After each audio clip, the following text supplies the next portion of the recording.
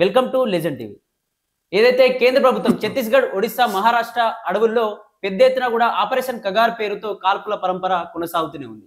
ఆ కాల్పుల్లో ఎంతో మంది మావోయిస్టులు కూడా మృత్యువాత పడతా ఉన్నారు. అలాగే ఇందులో ఏదైతే జనరల్ సెక్రటరీగా ఉన్నటువంటి మావోయిస్ట్ పార్టీ జనరల్ సెక్రటరీగా ఉన్నటువంటి నంబాల కేశవరావు కూడా అందులోనే చనిపోయిన పరిస్థితి. చనిపోయి 3.5 నెలలు గడుస్తున్నా కూడా ఇప్పటికీ కూడా కేంద్ర కమిటీ ఎవరి సభ్యులు పెట్టకపోవడం. కానీ 15 రోజుల క్రితమే తిత్తిలి తిరుపతిని కొత్తగా ఎన్నుకున్నామని చెప్పేసి కూడా వార్తలు వస్తా ఉన్నాయి. ఈ వార్తల్లో నిజమేంత? ఈ కష్టకాలంలో నిజంగా తిత్తిలి తిరుపతి అసలు నెగ్గుకోగలుగుతాడా? ఈ విషయాలన్నీ మాట్లాడదాం. వీటికి సంబంధించి మాట్లాడడానికి మనతో పాటు మాజీ మావోయిస్ట్ నేత జంపన్న గారు ఉన్నారు. మాట్లాడదాం. సార్ నమస్తే. సార్ నమస్తే. సార్ ఏం చెప్తారు? ఇప్పుడు దాదాపు క్లిష్టమైన కష్టకాలంలో ఉంది మావోయిస్ట్ పార్టీ. ఈ కాలంలో తిత్తిలి తిరుపతిని తీసుకొచ్చామని చెప్పేసి ఇది కూడా నిర్ణయం 15 రోజుల క్రితమే అయిపోయింది. మావోయిస్ట్ పార్టీ ఓన్లీ బయటకి ప్రకటించలేదు ఇంకా కమిటీ అని చెప్పేసి మాట్లాడతారు. నిజంగానే నియమించిందా? నియమిస్తే అతన్ని ఎందుకు నియమించవలసి వచ్చింది? ఒకటి ఏంటంటే మావోయిస్టు పార్టీ వాళ్ళొక పార్టీ సందేశాన్ని పార్టీ వ్యవస్థాపక దినం 21 సంవత్సరం నిండిన సందర్భంగా, అంటే మావోయిస్టు పార్టీ ఏర్పడి 21 సంవత్సరాలు అయింది. 2004 సెప్టెంబర్ 21 తారీఖు పీపుల్స్ వార్ మావోయిస్ట్ ఎంసీసీ పార్టీలు రెండు ఐక్యమైన సందర్భంగా ఏంటంటే ఆ దినోత్సవం జరుపుకుంటున్నారు. ఆ సందర్భంగా వాళ్ళొక సందేశాన్ని విడుదల చేసిన దాంట్లో కూడా చాలా స్పష్టంగా ఏం చెప్తుందంటే, ఇది గడ్డు కాలము, అంటే ఆటు కాలం, ఇది అంటే ఇది ఏదైతుందో అంటే ఇది ఒక ప్రత్యేకంగా గత 53 సంవత్సరాల క్రితం ఏంటంటే పార్టీ జనరల్ సెక్రటరీ చార్మేందర్ చనిపోయిండు. తిరిగి మళ్ళీ ఇప్పుడు కొత్త అంటే 53 సంవత్సరాల తర్వాత నంబాల కేశవరావు కూడా ఏంటంటే ఇక్కడ ఎన్కౌంటర్లో కూడా చనిపోవడం అనేది ఇది మొదటిసారి. తిరిగి మళ్ళీ ఈ సంవత్సరాల కాలంలో కూడా 4 సీసీ మెంబర్లు, ఇతర రాష్ట్ర కమిటీ మెంబర్లు కూడా చనిపోవడం అనేది పార్టీకి చాలా చాలా తీవ్రమైన నష్టం. అది చాలా, అది వెంటనే పూడ్చుకునే పరిస్థితి కూడా కాదు. అది చాలా టైం తీసుకుంటది.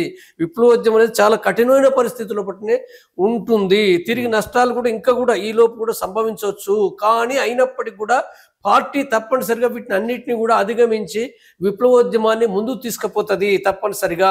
ఇవన్నీ కూడా ఒక విప్లవోద్యమం కొనసాగించే క్రమంలో ఆటు పోట్లు ఉండడము, ఓటమి విజయం ఉండడం అనేది సాధారణమైన విషయం అని చెప్తూ తన పార్టీకి ఒక కాన్ఫిడెన్స్ ఇచ్చే విధంగా ఏంటంటే వాళ్ళొక నోటు, వాళ్ళకు వివరమైన 10 పేజీల నోటును వాళ్ళు రాసుకోవడం జరిగింది, బయటికి ప్రకటించారు. అయితే ఈ సందర్భంగా కూడా ఇప్పుడు సెక్రటరీగా ఏదైతుందో అంటే మనకు వార్త అధికారికంగా ఏమీ రాలేదు ఇందులో. కానీ దాదాపు 5-6 రోజుల కాంచి కూడా ఈ వార్త అంటే తిరుపతి సెక్రటరీ అయింది ఏదైతే ఉందో ఈ వార్త వస్తుంది, కొంత బలంగానే కనబడుతుంది. అది బలంగా ఇప్పుడు నేను కూడా భావించేది ఏంటంటే అంటే బలంగా కనబడుతుంది, కానీ అధికారికంగా లేనప్పటికీ కూడా అవకాశం ఉందని నేను భావిస్తున్నాను. ఎందుకు అని అంటే దేవ్జీ అనే వ్యక్తి అంటే నాకు తెలుసు, ఆయన 84 నుంచి కూడా మేము ఇద్దరం ఒకేసారి ఆ పార్టీలకు పోయినాము. నేను ఇక్కడ ములుగేటనాలు పనిచేస్తే తిరుపతి అక్కడికి గడిచిరోళ్ళు పోయి అక్కడ ఉద్యమ నాయకుడిగా తన ప్రస్థానం ఉంది. అది అక్కడ ఉద్యమాన్ని నిర్మించడం ఒకట, అది గడిచిరోళ్ళ ఉద్యమం, దండకారణ్య ఉద్యమం నిర్మించడము. తర్వాత 2000 నుంచి కూడా నేను ఆయన ఒకేసారి కేంద్ర కమిటీ మెంబర్కి ఇద్దరం ఒకేసారి ఎన్నికైనాం. నేను తెలంగాణ నుంచి, ఆయన అక్కడి నుంచి ఎన్నికైండు. కాబట్టి ఆ సందర్భంగా గమనించినప్పుడు తర్వాత అప్పటి నుంచి ఆయన మిలిటరీ రంగంలో ఉన్నాడు, నేను ఆర్గనైజేషన్ రంగంలో ఉన్నా. తర్వాత నేను మళ్ళీ మిలిటరీ రంగంలో తర్వాత పోయిన నేను. కాబట్టి నేను నాకు చాలా తెలుసు ఆయన మొత్తంగా చూసినప్పుడు ఏంటంటే ఒకటి ఆయనే 2000 అంటే 16కు ముందే పొలిట్ బ్యూరో మెంబర్గా ఎన్నికైండు. పొలిట్ బ్యూరో మెంబర్గా ఎన్నికైండు. తర్వాత నెక్స్ట్ సిఎంసి చీఫ్ గా కూడా 16 చివర్లో నేను ఉన్నప్పుడే అక్కడ సిఎంసి మిలిటరీ చీఫ్ గా కూడా ఎన్నికైండు. నంబాల కేశవరావు జనరల్ సెక్రటరీ అయినప్పుడు తను చీఫ్ అయిండు. కాబట్టి దృష్టిలో పెట్టుకున్నప్పుడు ఏంటంటే ఆయనకు సంబంధించిన సైద్ధాంతిక అవగాహన కానీ, లేదా ఒక నిర్మాణపరమైన అవగాహన కానీ, రాజకీయ అవగాహన కానీ, తర్వాత చేయగలిగే ఒక దృఢ సంకల్పం, పట్టుదల, అంటే ఆ పార్టీ విధానాల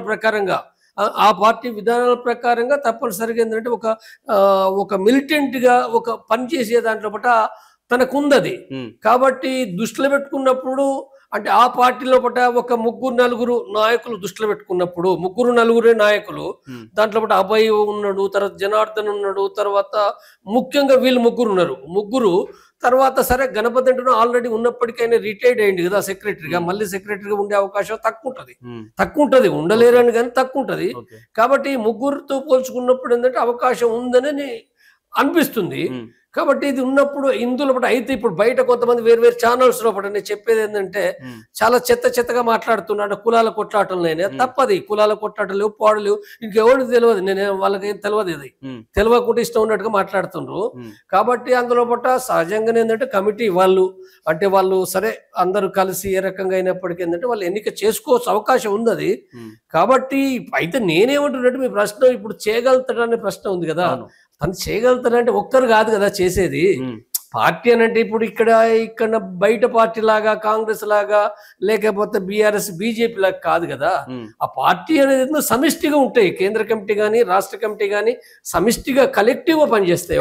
ఏదైనా నిర్ణయాలు ఉంటే తిత్తిలి తిరుపతి తీసుకోవాల్సి ఉంటది కదా, తీసుకోవాల్సి వస్తే ఆ సభ్యులందరూ అతని తోవలో నడవాల్సిన అవసరం ఉంటది కదా. ఉంటది అంటే ఇప్పుడు కొన్ని ప్రధానమైన నిర్ణయాలు కలిసి ఉన్నప్పుడు నిర్ణయించుకోవాల్సి వస్తుంది కొన్ని విషయాలు. కొన్ని అంటే కమిటీ మీటింగ్ లేనప్పుడు కొంత విడిగా కూడా ఏంటంటే కమిటీ సెక్రటరీగా నాయకుడిగా తను చొరవ చేసి ఆ విధానాలు ప్రకటించాల్సి వస్తుంది. కాబట్టి ఇందులో ఒకటి ఏంటంటే ఫస్ట్ ఏంటంటే మొత్తం పార్టీ కలిసిన ఇవాళ పరిస్థితి ఎలాంటిది ఉంది, ఈజీగా లేదు కదా, గడ్డు కాలం అంటున్నాం కదా. ఈ గడ్డు కాలం అని అనుకున్నప్పుడు ఏంటంటే ఒక్కొక్క ప్రభుత్వ బలగాలు కేంద్రీకరించున్నాయి, దాడి చేస్తున్నాయి. వాళ్ళు ఇప్పుడు ఉద్యమం బయట దెబ్బతిన్నది అంటే బయట మైదానాల్లో పట కానీ నగరాల్లో కానీ దెబ్బతినిపోయి ప్రజాసంఘం లేని పరిస్థితుల్లో పట వాళ్ళ అడవిలో ఉండేందంటే వాళ్ళు ప్రధానంగా ఇలా సాయుధ పోరాటానికి పరిమితమైంది. అది మిగిలిన ప్రజా సంఘాలు తగ్గిపోయినాయి. కాబట్టి ఇలాంటి పరిస్థితుల్లో ఒకటి ఏంటంటే వాళ్ళు అంటే ఇప్పుడు దీన్ని మొత్తంగా టోటల్ పార్టీ ఎదుర్కోవడం అంటే ఏంది అంటే మారిన పరిస్థితులు కూడా మారినాయి కదా, 50 ఏళ్ళ కింద లాగా లేదు కదా భారతదేశం. కాబట్టి ఈ పరిస్థితులు ఏం మారిన వాటిని దృష్టిలో పెట్టుకుని ఏ విధానాలు మార్చాలి, ఏ రకంగా ముందుకు పోవాలి అనేది ఉందో అంటే ఇది ఉంటది. కాబట్టి ఈ మొత్తం దానిపైన కూడా ఏంటంటే కేంద్ర కమిటీ ఏ విధానాలు వాళ్ళు అంటే ఇప్పుడు బయటికి వాళ్ళు చెప్పలే కదా.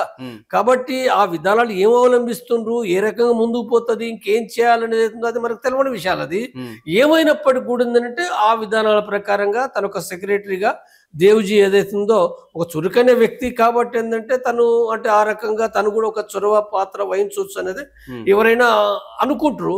కాబట్టి ఏదైనా టోటల్ పార్టీని వాళ్ళు ఆలోచించవలసిన విషయాలు ఉంటాయి. ఇప్పుడు ఇక్కడ నంబాల కేశవరావు నంబాల కేశవరావు చనిపోయిన తర్వాత 3.5 నెలలు గడుస్తా ఉంది. దీనికి సంబంధించి 3 నెలల తర్వాత ఎందుకు కావాల్సి వచ్చింది ఇన్ని రోజులు అసలు ఈ గ్యాప్? అంటే ఏదైతే ఒక అధినేత లేకపోతే నిర్ణయాలు తీసుకోవడానికి అక్కడ ఇబ్బంది అవుతుంది, అక్కడ సభ్యులకు కావచ్చు ఏదైనా, ఎందుకంటే పెద్ద ఎత్తున కూడా బలగాలు అక్కడ మోహరించి ఉన్నాయి, ఎక్కడెక్కడ కూడా కాల్పులు జరిగి చనిపోతా ఉన్నారు. కాబట్టి ఈ 3.5 నెలలు ఎందుకు ఆగవలసి వచ్చిందంటే ఏం చెప్తారు సార్? ఇప్పుడు మనము చాలా పార్టీలు ఇక్కడ బయట పార్టీలు కూడా ఒక్కొక్కసారి అధ్యక్షులు కూడా ఇప్పుడు ఏదన్నా అయితే అధ్యక్షులు నియమించకుంటూ కూడా ఏంటంటే అది పెండింగ్ లో పెట్టి కూడా నడుపుతూనే ఉంటారు. పెండింగ్ లో ఇప్పుడు బీజేపీ పార్టీ కూడా నడపలేదా? ఇక్కడ బయట ఉన్న వాళ్ళకే నడుస్తున్నప్పుడు లోపల ఉన్న వాళ్ళకు నడవదని అనుకోవాల్సిన పనేం లేదు. 2 నెలలైనా 3 నెలలైనా 6 నెలలైనా కొన్ని సందర్భాల్లో 6 నెలలు కూడా పట్టినవి ఉన్నాయి. ఎందుకంటే చనిపోయినప్పుడు కమిటీ మెంబర్స్ రాలేరు కదా, వెంటనే బస్ ఎక్కి లేకపోతే ఏరోప్లేన్ ఎక్కి రాలేరు కదా. కాబట్టి వేరుగా కూడా సమన్వయం చేయాల్సి వస్తుంది. కాబట్టి అప్పటి వరకు కూడా పార్టీ పనిచేస్తూనే ఉంటది కదా. పార్టీకి సంబంధించిన నిర్ణయాలు కూడా అంటే ప్రధాన నిర్ణయాలు తీసుకోరు కానీ కొన్ని తప్పనిసరి అవసరమైన నిర్ణయాలు ఎవరికి వాళ్ళు తీసుకునే విధంగా కూడా ఆ పార్టీలో ఉంటది. అది ప్రతి కేంద్ర కమిటీ మెంబర్ కూడా అంటే ఆగిపోదు కదా, అది కంటిన్యూ అవుతూనే ఉంటది. కాబట్టి వాళ్ళకు ఉండే ఇబ్బందుల రీత్యా వాళ్ళు తీసుకోలేదు. ఇప్పుడు కూడా వాళ్ళు చెప్తే మనకు అర్థం కావాలి కానీ ఏదైనా అది సమస్య కాదు. అది అంటే ఇక్కడ చాలా మంది కూడా లొంగిపోతా ఉన్నారు మావోయిస్ట్ పార్టీ నుంచి. ఆ లొంగిపోయిన వాళ్ళు నిజంగా ఇప్పుడు నంబాల కేశవరావు ఇష్యూలో కూడా కొందరు చెప్పిన తర్వాతనే పోలీసులు అక్కడ నిఘా వేసి చంపేసిన పరిస్థితి. ఇక్కడ తిత్తిలి తిరుపతి విషయంలో కూడా ఎవరైనా లొంగిపోయిన వాళ్ళు సమాచారం ఇస్తే మళ్ళీ అక్కడ ఏమైనా జరిగే ఛాన్స్ ఉందా? లొంగిపోయిన వాళ్ళ ఇన్ఫర్మేషన్ ఇచ్చే ఛాన్స్ ఏమైనా ఉందా? ఇప్పుడు అంటే ఈ సమాచారం కూడా ఏంటంటే లొంగిపోయిన వాళ్ళు అంటే ఇప్పుడు తిరుపతి అక్కడ సెక్రటరీకి ఎన్నికండి అనే విషయం ఏంటంటే వాళ్ళు చెప్పినట్టుగా దాదాపు ఈ వారం రోజుల నుంచి ఏంటంటే సమాచారం వస్తుంది. తర్వాత వాళ్ళు ఎవరు కూడా ఖండించలేదు, మావోయిస్ట్ పార్టీ నుంచి కూడా వాళ్ళు ఏం ప్రకటన చేయలేదు. కాబట్టి అవకాశం ఉంది. కాబట్టి లొంగిపోయిన వాళ్ళు చెప్పొచ్చు, అంటే లొంగిపోయిన వాళ్ళు ప్రతి ఒక్క విషయం చెప్తారనేది కూడా అనుకోవాల్సిన అవసరం లేదు. సరే ఇక్కడ చెప్పొచ్చు కానీ లొంగిపోయినంటేనే అన్ని విషయాలు చెప్తారు అనేది అవుతుందో తప్పది, చాలా తప్పు. నేను సందర్భంగా చెప్పేది లొంగిపోయిన వాళ్ళ దాంట్లో 90% మంది చెప్తున్నా, 99% మంది దాదాపుగా ఏంటంటే వాళ్ళు వచ్చి లొంగిపోవచ్చు కాక లొంగిపోవడం అనేది ఉందో వాళ్ళకు వేరు కారణాలు అయితే సాధ్యం కాకపోవచ్చు, తప్పేం కాదు అది. అంటే మొత్తం అంటే చివరి దాకా ఉండాలంటే ఉండడం అనేది ఉండదు కదా. వాళ్ళకి అనేక కారణాలు అయితే వాళ్ళు ఉండకపోవచ్చు, ఉన్నంత మాత్రం వచ్చి వాళ్ళ బతుకోవచ్చు, లేకపోతే వచ్చి కూడా ఏంటంటే వేరే పార్టీలో ఉండొచ్చు, వేరే కమ్యూనిస్ట్ పార్టీలో ఉండొచ్చు, లేదా తిరిగి మావోయిస్ట్ పార్టీలో కూడా మళ్ళీ పోవచ్చు, పోయిన వాళ్ళు కూడా ఉన్నారు. కాబట్టి అదేదో వాళ్ళు పోగానే వాళ్ళు పోయిన వాళ్ళంతా ద్రోహులు, తర్వాత వాళ్ళన్ని చెప్తున్నారు, అది తప్పుడు అవగాహన, భ్రమ. ఎందుకనంటే మావోయిస్ట్ పార్టీలే కాదు, నక్సలైట్ పార్టీలకు కమ్యూనిస్ట్ పార్టీలకు పోయిన వాళ్ళు లక్షల మంది ఉన్నారు, మళ్ళీ వచ్చిన వాళ్ళు ఉన్నారు, లక్షల కోట్లు పోతారు. మావోయిస్ట్ పార్టీలో కూడా లక్షల మంది పోయి వచ్చిన ఉన్నారు, ప్రజా సంఘాల్లో పార్టీ నిర్మాణంలో పోయి వచ్చిన ఉన్నారు కదా. ఇప్పుడు ఇలా మీటింగ్లు పెడతారంటే చూడండి, ఎవరు వాళ్ళు 90% మంది ఇప్పుడు బయట విరసమో లేకపోతే పౌర హక్కులలో లేకపోతే ఇంకో పేరు మీద పెట్టే దాంట్లో బట్టి ఎవరు పాల్గొంటున్నారు. 90% మంది మాజీలు, నేను చెప్తున్నా కదా, 90% మంది మాజీలు అనగానే మాజీలు ద్రోహులు అంటే ఎట్లా? తప్పు కదా, అది చాలా మూర్ఖమైన స్టేట్మెంట్లు. మాజీలు అంటే ఈ రకంగా చెప్తున్నది మూర్ఖమైంది. ఒక్కొక్కరు ఒక్కొక్క రకంగా ఉండొచ్చు, కొంతమంది పాల్గొంటారు, కొంతమంది సపరేట్గా వాళ్ళు బతుకుతారు కదా, వాళ్ళ జీవితం వాళ్ళు చేస్తారు. కాబట్టి ఇది అయితే ఇక్కడ ఈ సమాచారం మాత్రం ఇది కొంత లొంగిపోయిన వాళ్ళు ఎవరో చెప్పిండ్రు అనేది చెప్తుండ్రు. అంటే పేర్లు కూడా వచ్చినాయి, అది కమలేష్ అని చెప్పి అంటుండ్రు. కమలేష్ ఏపీ లోపల లొంగిపోయిన అతను చెప్పిండని అంటుండ్రు. ఇంకా వేరు సమాచారాలు ఏవో వస్తున్నాయి. సరే, ఏమైనప్పటికీ ఏంటంటే అవకాశం, ఇప్పుడు సమస్య ఎప్పుడైనా అది అయ్యేదే కదా, బహిర్గతం అయ్యేది, దాని నష్టం లేదు కదా. సెక్రటరీ కొద్ది రోజులు కాపాడాలనుకుంటారు తప్ప సెక్రటరీ నుంచి బయటకు చెప్పొద్దని ఆ పార్టీ కూడా ఏమనుకోదు కూడా.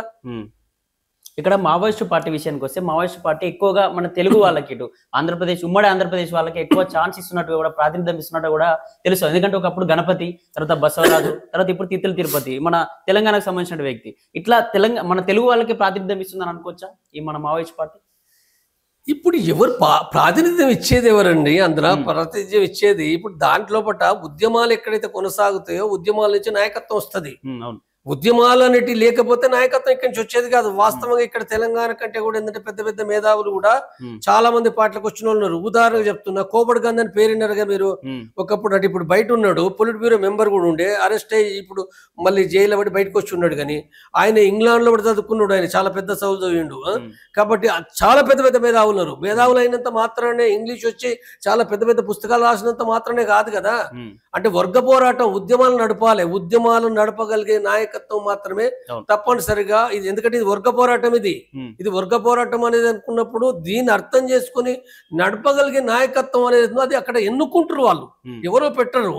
కాబట్టి ఎన్నుకోవడం అనేది వాస్తవంగా ఇప్పుడు చెప్పాలంటే ఇప్పుడు తెలంగాణ నుంచి ఎక్కువ మంది ఉన్నారు. తెలంగాణ నుంచి ఎక్కువ మంది ఉన్నారంటే ఎక్కువ మంది ఇక్కడి నుంచి పోయింది కదా. మొట్టమొదటగా పీపుల్స్ వార్, మావోయిస్ట్ పార్టీ ఉద్యమ కేంద్రం ఎక్కడ?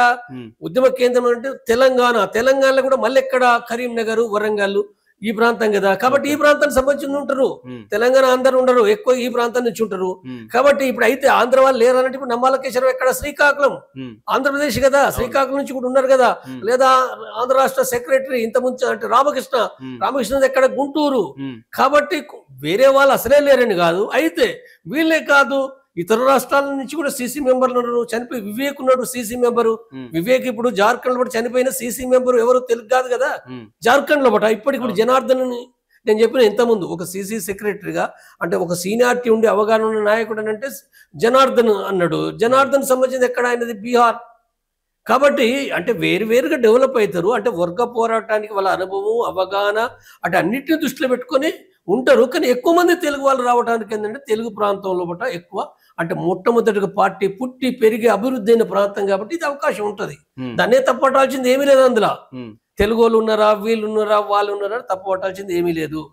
ఇక్కడ ఆపరేషన్ కగార్ పేరుతో బీజేపీ ప్రభుత్వం ఖచ్చితంగా ఈ మావోయిస్ట్ సభ్యులందరినీ కూడా, నక్సలైట్ అందరినీ కూడా లేకుండా చేస్తాం 2026 లోపు అని చెప్పేసి కూడా కరాఖండిగా చెప్తా ఉంది. ఆపబోం, ఖచ్చితంగా ఎవరు లేకుండా చేస్తామని డైరెక్ట్ గా చెప్తా ఉంది. కాల్పుల పరంపర అక్కడ అడవుల్లో ఛత్తీస్గఢ్, ఒడిశా అడవుల్లో జరుగుతూనే ఉంది. మరి ప్రభుత్వం ఇలానే మొండి వైఖరితో ముందుకెళ్తే ఎటువంటి పరిస్థితులు ఉండే ఛాన్స్ ఉంది ఇండియాలో? ఇప్పుడు మొండి వైఖరి కొనసాగిస్తున్న విషయం కూడా సంవత్సర కాలం నుంచి కొనసాగిస్తున్న చూస్తూనే చనిపోతున్న చూస్తూనే ఉన్నాం. ప్రజలందరూ కూడా ఒక ఆంధ్ర తెలంగాణ కాకుండా దేశవ్యాప్తంగా ప్రజలు కూడా ఏంటంటే ఈ రకం చంపడం సరైనది కాదు, నిర్మూల మనుషులను చంపడం ఇదేం పద్ధతి? ఇది రాజ్యాంగ ప్రకారంగా మానవత్వ ప్రకారంగా ప్రభుత్వాలు నడుచుకోవాలి, చర్చలకు పిలవాలి, శాంతి చర్చలు చేయాలి. శాంతి చర్చలు చేయడం ద్వారా ఏంటంటే సమస్య పరిష్కరించవచ్చు. కాబట్టి ఆ చర్చలు చేయకుండా మీరు ఈ రకంగా చంపడం అనేది చాలా తప్పుడు పద్ధతి అని అంటుండ్రు. రెండోది తప్పుడు పద్ధతి మాత్రమే కాదు, మీరు మొత్తంగా నిర్మూలించడం అనేది కూడా ఏ ప్రభుత్వాలు కూడా, ఎందుకంటే మావోయిస్టు ఉద్యమం ఎక్కడి నుంచి వచ్చింది? వాళ్ళు ఏమి అంటే దొంగలు కాదు కదా, అవినీతి పరులు కాదు కదా, వాళ్ళు ఏదో వాళ్ళ కుటుంబాల కోసం పోలేదు కదా, వాళ్ళు ప్రజల కోసం పోయినారు కదా. ప్రజల కోసం ఎందుకు పోయినారు? ఈ దేశంలో పట్ల దోపిడి ఉంది, భూస్వాముల దోపిడి ఉన్నది, తర్వాత పెట్టుబడిదారుల దోపిడి ఉన్నది, ఫారెస్ట్ అధికారుల దోపిడి కొనసాగింది ఒకనాడు. అనేక రకాల ఈ అవినీతి కారణంగా, రాజ్యాంగం సరిగ్గా పనిచేయని కారణంగా, రాజ్యాంగాల నుండి కోర్టుల నుండి అంటే మామూలు సాధారణ ప్రజలకు న్యాయం దొరకలేదు. చూడండి ఇప్పుడు ఊరియా సమస్య బ్లాక్ మార్కెట్ అవుతుంది. ఎన్ని చెప్పాలి? లక్షల ఉదాహరణలు చెప్తున్నాం. నేపాల్ కూడా అదే కదా. అంటే అవినీతికి వ్యతిరేకంగా, అన్యాయాలకు వ్యతిరేకంగా ఉద్యమం వస్తుంది. కాబట్టి ఈ ఉద్యమం ఏదైతుందో, మావోయిస్టు ఉద్యమం ఏదైతుందో ఇది కదా. సరే, వాళ్ళు ఈ రకంగా సాధ్యం కాదని చెప్పి ఆయుధాలు పట్టారు. ఆయుధాలు పట్టడం అనేది అదొక చర్చ విషయం వేరే. చర్చ రాజ్యాంగం సరే ఏం ఒప్పుకుంటుందా లేదని చర్చ వేరే. కానీ నువ్వు వాళ్ళతో చర్చలు చేయొచ్చు కదా, మార్చొచ్చు కదా. కాబట్టి ఇది మార్చకుండా అందరు నిర్మూలిస్తున్నట్టు ఎట్లా? 2026 నాటికి మారుస్తున్నది ఇది రాంగ్ ఇది. కాబట్టి ప్రభుత్వం ఇది మార్చుకోవాలి అనేది నేను చెప్పే విషయం.